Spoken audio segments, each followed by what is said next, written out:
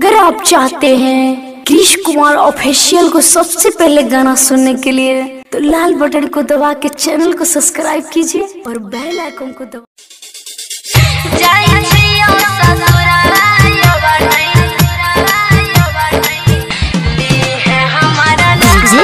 Kanchan Raj Annu music recording studio Bakhri बाजार।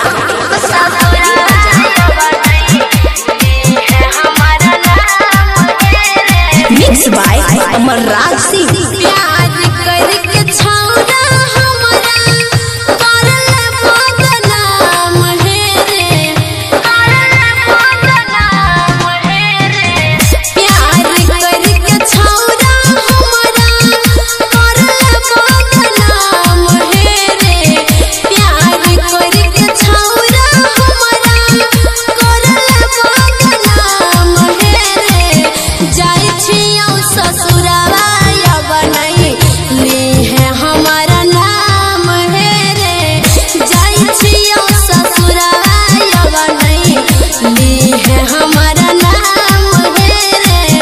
जाय छियौ ससुरावा बनई, जाय छियौ ससुरावा बनई ले है हमारा नाम। Kanchan Raj Annu music recording studio Bakhri बाजार।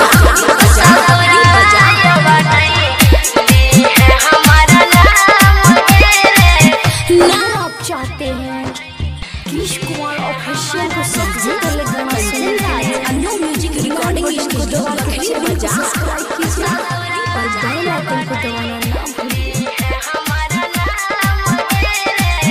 प्यार के खातिर हमें की न कैलियो, छोड़ दलहि बीच सफर में टूट हम गेलियो, टूट हम गेलियो।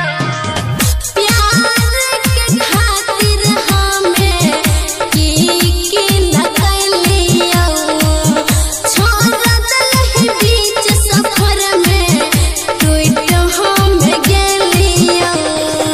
झोना के छोड़ के अमर करै छै आराम है रे। झोना के छोड़ के अमर करै छै आराम है रे। जाय छियौ ससुरवा बनई ले है हमारा नाम है रे।